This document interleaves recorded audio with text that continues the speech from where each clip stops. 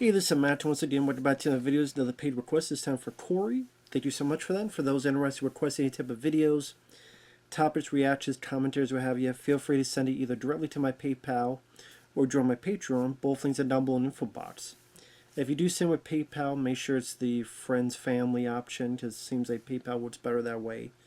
It could be a topic or review or commentary, reaction, video game related, playthrough, whatever the case may be.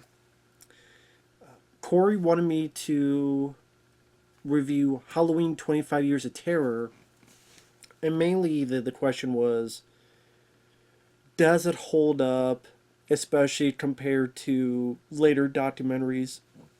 For example, Crystal Lake Memories for Friday the 13th, or Never Sleep Again with Nightmare on Elm Street, among others.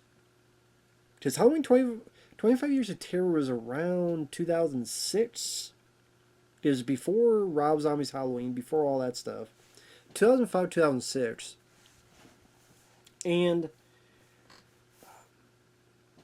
I would say, yes, it does hold up. Because it's a nice time capsule. It's not the end-all, be-all. I would say if you have the Halloween box set, honestly, that kind of showcases everything else. Because if you have the Halloween box set, the first film has tons of features, multiple, documentaries and so forth, anything you can think of about that movie. Halloween 2 and 3 had the Scream Factory releases, which had pretty good documentaries on them. Halloween 4 and 5 had new documentaries made. I think 4, 5, and 6. I think Sean Clark had a hand in doing some of those, among other people.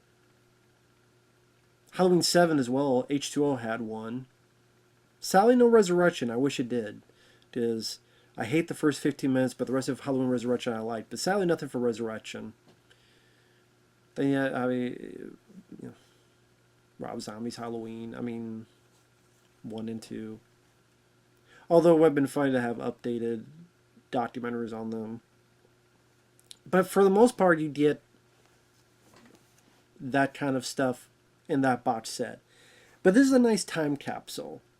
Because, number one, it's pretty tightly edited. 90-some minutes long. You do get nice nuggets of information about each film from the first one to Resurrection at this point. You also have people in there who are no longer with us. For example, Mustafa Akkad. Because what had happened was, from what I understand, 3 people, one of them was Anthony Massey, who ran this Halloween website. Another was Sean Clark, although I've looked up interviews with Sean Clark, and he mentions how pretty much Anthony Massey and maybe the other guy, forget his name, was it the director, Stefan? It's like they wanted to erase Sean Clark from history, so he's not in any of the opening credits. That's one thing. If I was able to talk with Sean Clark, that'd be something I would ask about. If it'd be open, like, what's the deal? What happened that they wanted to shut you out on that? Because I believe Sean Clark seems like a cool guy. He seems like a pretty upfront, decent guy. Sean Clark, for those who don't know, he has been on Dead Pit Radio show from time to time, doing interviews. Being interviewed, I should say. He, on Scream Factory Blu-rays, he had the Horrors Hallowed Grounds, where he would showcase locations. And before that, I would never care about locations of films, but he was entertaining, informative, and had a good presence that made me give a shit about that type of information that I didn't really care about before. And that's why he's honestly one of the only people I would watch that deals with locations. That's why it's sad kind of with everybody else doing them on YouTube. Number one, he has no time now because he does all these conventions that he's promoting and managing talent. But now, because these other people do it, he's like, I don't need to do that. But it's like, no, I'd rather see you do it because you do it the best. You want the guy who did the best and get his version, his interpretation, his way of editing, his charisma. I'm a Sean Clark fan, so. But anyway, he was part of the group to get this set up along with this convention. 25 years since the first Halloween, there's a convention where he had all these people show up. And while that was happening, I guess the idea was let's have a documentary made. Because we have the ability to get these interviews and we get information from the Q&A. So a lot of times when you have people talk, it's from the Q&As. And then if you have the DVD, the second disc, you get more of those Q&As. I'm not big in watching Q&As, but the way it's done in the documentary here is something I like because they get the right pieces, nudges of information to let the documentary flow. And it was a nice choice to have PJ Souls narrate it. And gives a pretty consistent history. What I mean by that is, it doesn't get dogged down on things that seem too out of the blue or too off the beaten path. It's a pretty well-paced documentary. And there's stuff in here that you watch and you go, number one, it's a collection of the Q&A from 2006 or so, some interviews that they got during that convention, seeing old footage, like behind the scenes of Halloween 5, and also getting people in there that you don't really see do much of this type of stuff, whether they give their thoughts on the Halloween films, or, oh, I haven't heard much from that person, or wow, that person's being more brutally honest, which feels refreshing compared to nowadays. That I'm sure if they did these interviews now, some of them would be more,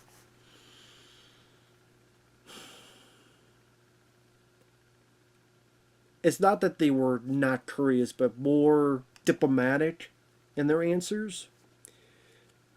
This was before more people started doing that, so this felt more refreshing. And it's still, I do think it still holds up. It's still, again, if you have the Halloween box set, where you did all the in-depth documentaries on each of the films, then this is still a good time capsule piece for that. Again, I don't know why Anthony Mackie wants to erase Sean Clark from it. Like, what happened, what the whole deal was. If there's an interview on YouTube where he talks about that, please direct me to it. I would love to give it a listen. To give the whole deal with that. But yeah, it goes from Halloween 1 down to Resurrection, and they get people like Mustafa Akkad are talking, Erwin Yablans, and if you know about the history of the franchise, you know. At the time, I didn't know some of this stuff, but now it's been over a decade later since this. I mean, didn't they recently do or are doing the 45th? Was the 45th anniversary? Just 78, Halloween, 88, 98, 08, 18, 19, 20, 21, 22, 23. Yeah, 45th. Jesus, 45th. This was the 25th. So, well, no, I mean, well, 25 years of terror. 78, 88, 98, 2000, 23. Well, it says 25 years of terror. So 25, that'd be 2003. But this came out 2006. Okay, I'm trying to think now why it was called 25 Years of Terror. If Halloween's 1978, 25 years after that would be 2003, unless I get my numbers wrong. 78, 88, 98, 99, 2000, 1, 2, 3. Unless they recorded in 2003, which they might have. They might have recorded then, and then Maybe I can. Maybe. Why do I keep it was released 2006? Anyway, whatever. It's in there. It is what it is. But I mean, they do. It was still cool to watch this back in the day and get nuggets of information. And it's still nice to look back to see how he did all this collection of people in one go. Obviously, you're not going to have Jamie Lee Curtis among other people, but you have, like I said, Mustafa Akkad when he was with us and alive during the Q&A. Even there was an interview with him behind his desk, and they put a lot of bits of people and interviews, a lot of information spread throughout it, so it doesn't feel like you got ripped off or anything. They got a good collection of people. You got Dean Cundy, older interviews with John Carpenter and Nick Castle. They got Sasha Jensen, who was in Halloween 4, who Michael Myers grabbed and choked the shit out of him, broke his neck. You have the original Tommy Doyle, which I heard her story from a friend of mine, Fabio. I think it was this guy that Fabio met him, and for some reason the guy went on a tear about Paul Rudd. I think because, like, how does it feel like Paul Rudd played you in Halloween 6, and it's like, oh, Paul Rudd, man, how could they get Paul Rudd for Tommy Doyle? And for like 10 minutes, the guy ranted about Paul Rudd, apparently. I'm like, well, he's a better actor than you. But whatever. And you even get people like Edgar Wright, Clive Barker, Rob Zombie, of course, years before he did the remake. Which is funny how he's talking so highly about the original Halloween. But then when he's doing the remake, he's talking about how all the issues he has with Halloween. Oh, Michael Myers, no one gave him lessons to drive. I don't like the way they found the mask. That always bothered me. All Dr. Loomis always seemed drunk.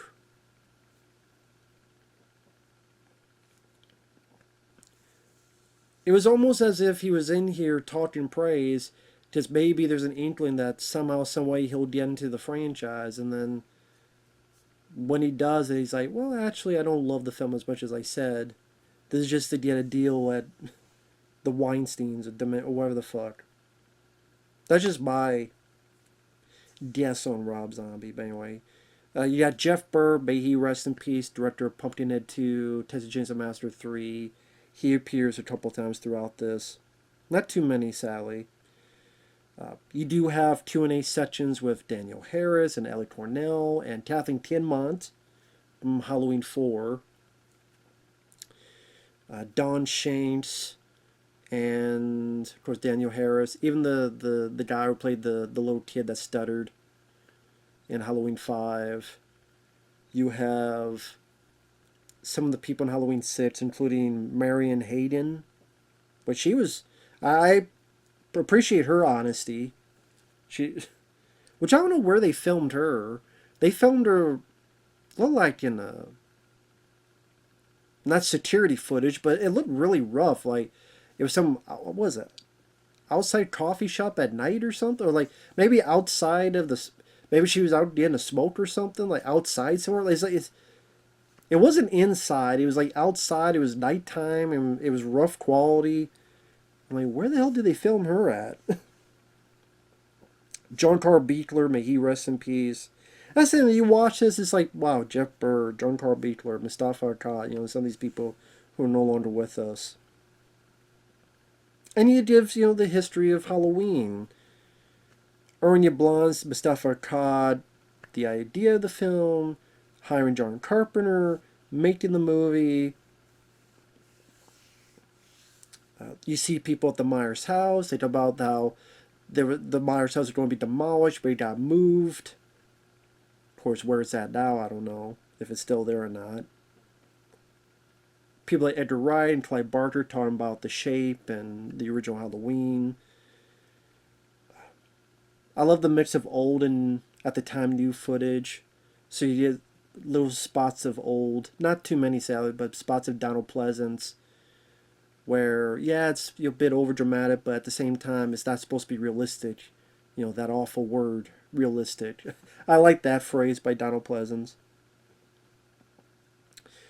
I love seeing John Fallon in there. For those who don't know, John Fallon, he was one of the first horror websites I ever went to when I got the internet back in the day.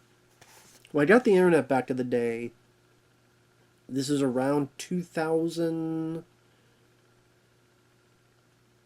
No, yeah, around 2000.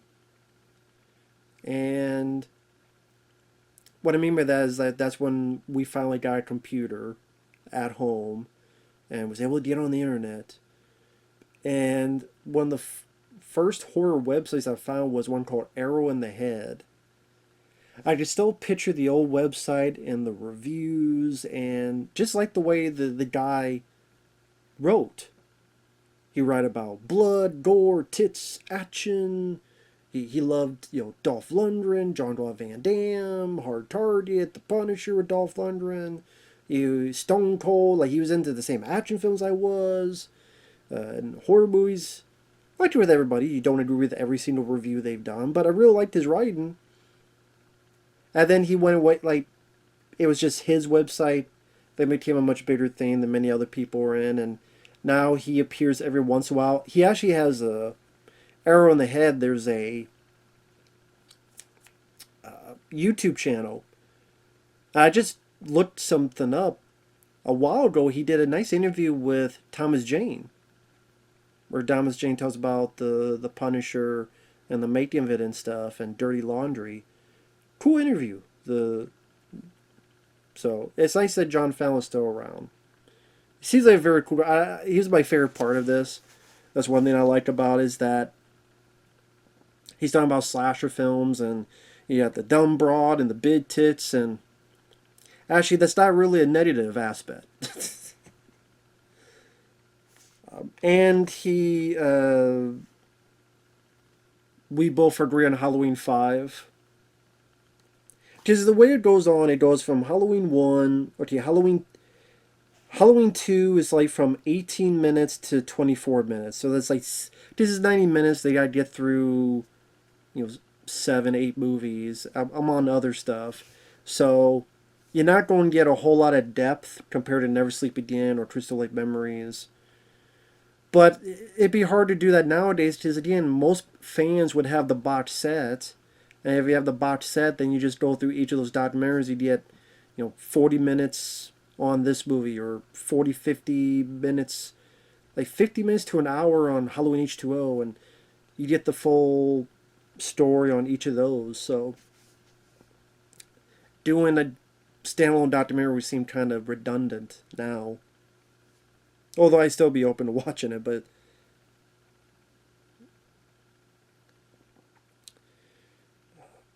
like Halloween 2, they mentioned, Dick Warlock. They talk with some of the cast. How some people don't like the idea that Michael Myers became the brother. How John Carpenter added a little bit more violence. But like I said, it's only 6 minutes, so you don't get a lot of details. There's no Lance Guest or anything of the sort. You do get a couple people, like the one nurse who on the script was like a 55-year-old white woman, but here she is, a much younger black woman, and Deborah Hill said no, you can't hire her, but Rick Rosenthal said yes, I can, because I think she's right for the role. So like that was a nice little story there. And then, like from 24 minutes, and then for like 4 minutes we talked about Halloween 3, but at the same time we're only talking about Halloween 3 for 4 minutes. But Tom Lee Wallace and what the story of the film was, and you have a little bit with Tom Atkins, and Mustafa Akkad calls it, I think it's a good movie. It just doesn't need to be part of Halloween franchise, but I thought it was a good movie.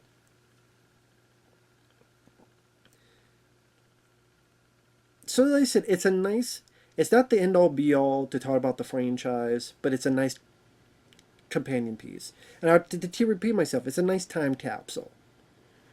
To see the convention, how it was at the time, to see Mustafa Akkad, and some of these people are no longer with us. They have this combination of convention footage, fans talking about like their collection and what they have and what they're fans of. Seeing people that, like John Fallon, Sally, I guess because of his un-PC nature, which I love, and I approve of. I just like Tony Timpone. I'm surprised wasn't in this because he was in like every other fucking documentary at the time. That one guy was a Jeff Katz or something. Whatever the fuck his name is. The guy who wrote that shitty Freddy vs. Jason vs. Ash comic book. Or like the script. Oh, whatever the fuck he was. Like, rather have less of him and more of John Fallon. That's just me though. But it's like, it was nice to. It's funny. Rob Zombie says, these sequels are not meant to be good films. People just desperate to watch horror, and they'll go see a sequel even if they know it sucks. Yeah, like Rob Zombie's Halloween 2. Yeah, like that one, Rob. Fucking white horses. Fucking Trigger. Where's Roy Rogers? And to me, I like a lot of horror sequels. And no, I don't think they should suck. Because I've seen a lot of good ones. I mean, that's action sci-fi, but Aliens. Evil Dead 2 and Army of Darkness. I like Hellbound Hellraiser 2 and even Hellraiser 3. I like most of the Elm Street sequels. I like Halloween 2. I like Halloween 3. I like Halloween 4. Halloween 4 is better than your fucking movies, Rob. Maybe learn how to make good movies, especially right movies, before you talk shit about whether a horror movie's good or bad. You haven't made a good horror film yet, Robbie. In my opinion, that is. In my asshole opinion. And my asshole has made better films than you, Rob. But Halloween 4, they talk with Elliot Cornell, they talk with John Carl Beakley, they talk with Daniel Harris, they talk about how he was a hit. That's about 8 minutes, and then we go on to Halloween 5. This is one of my favorite bits because the Halloween 5 on the Blu-ray, the documentary, a lot less critical. People seem to be a bit more diplomatic. Here, Elliot Cornell says how she wasn't a big fan of the script, especially, well, not just because of the way she died. Some of the people, I forget who, said that Dominique Thornton and Gerard, you have a director that was untried. There was tension on set. The script was rough. Greg DeTutero tells a story about, hey, maybe we should shoot this or shoot this, and Dominique said, what do you know? You're an effects guy. See, I want to hear more about that, which is the truth. Of course, I find it funny that one of the only fucking Blu-rays where people are shitting on the film is one of my personal favorites. But we can't shit on Halloween 5 on that Blu-ray. If I get it, it's either their opinion, or be more diplomatic, or hey, every movie, everyone's a fan, or whatever. But I love John Fallon. He just shits on the film. He's like, why is there a mute kid? And Tina is the only character in horror films that I wanted to choke. I wanted to choke her a lot. Yeah, John, me and you both. Me and you both. And Mustafa mentions it was a mistake to release it a year later. We should have waited at least 2 years. Yeah, could have got a better script too. And better director. That's a guy you never... I don't think...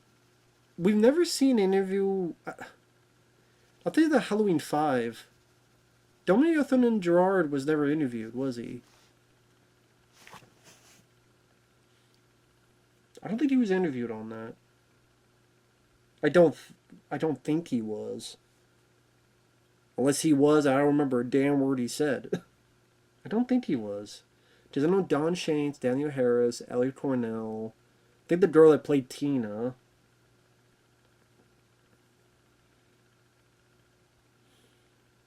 I don't think the director. Unless I'm just completely blanking them out. Maybe to save my brain, I don't know. I'm not a fan of that director. Halloween 6. I love Marion Hayden. Of the cast, she's really the only one kind of interviewed. I don't know where they interviewed her. It looked like I also have a parking lot or something. She's pretty honest. Like Joe Chappelle, the director, he had no interest in making the film. He was interested in a 3-picture deal with Dimension. That's what he was interested in. I'm like, oh, right. And basically talking about how the Weinsteins wanted big effects, but the producer cut back on the effects. He didn't mention who the producer was, but it makes me wonder if the Weinsteins wanted big effects, was it Mustafa that cut back on the effects, or was it the other Weinstein or something? Danny Harris talks about how she was a big fan of the script, so because of that, maybe I could get a big payday, but they didn't want to do that, so he's like, fuck you, I'm not doing it. Test screenings, people, the other cut's so much better. I'm like, no, it's not. I think both cuts suck, in my opinion. If I have to pick, I probably say the theatrical cut is better because it's got more gore, but both suck for different reasons. One has Paul Rudd freezing Michael Myers with magic stones. Or was that in both of them? Fucking stupid movie. There you go, Paul Rudd. Somehow get him interview for Halloween 6. That'd be crazy. And then Halloween H2O, they talk with, was it Bianca, one of the actresses. They talk about how, they talk with Greg Nicotero and John Carl Buechler, and then the composer John Alman, because there's two things they talk about: the music being changed and the mask. Pretty much what they talk most about. And then this is how it shows the time capsule. Auditions for Halloween 9. And you have this girl. Shows her tits. Commend those tits.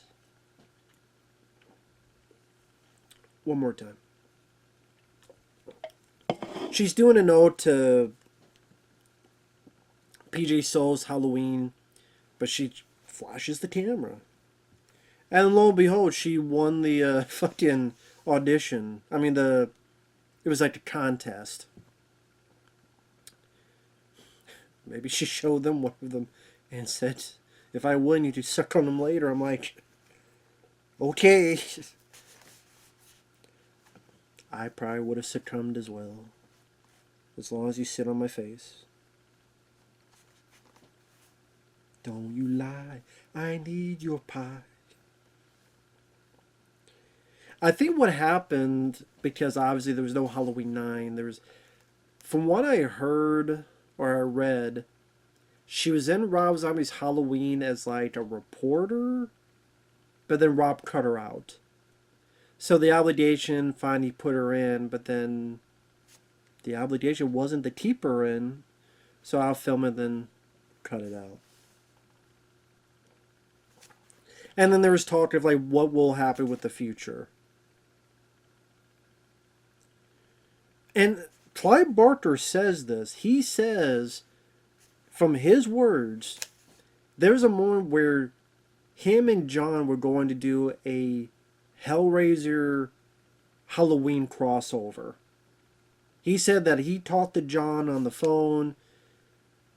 Are you sure about this? Yeah, if you do it, I'll do it. That Clive Barker was going to write it, and John Carpenter was going to direct it, and Clive Barker was going to write it.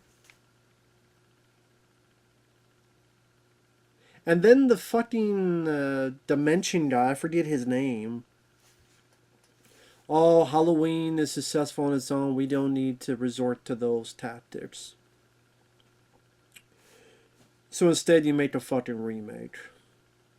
And a sequel that has a bunch of, a white horse and other bullshit. Michael Myers, You know what the future is? 2 bullshit Rob Zombie films and 3 bullshit... a bullshit trilogy. With Corey. Not this Corey. This is the good Corey.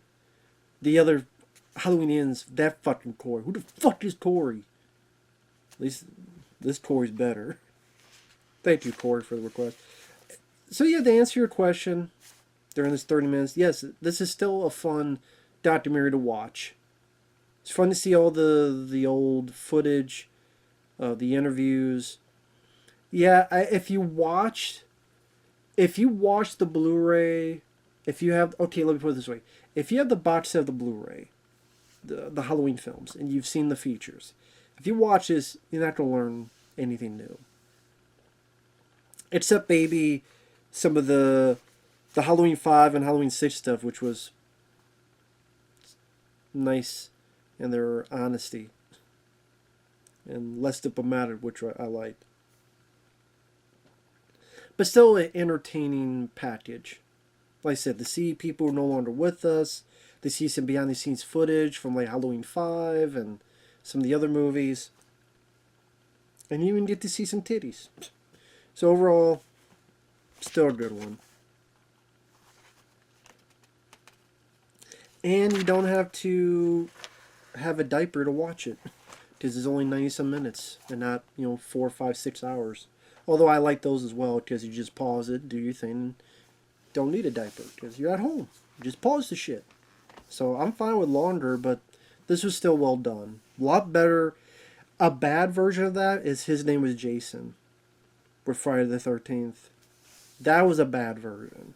That was shit.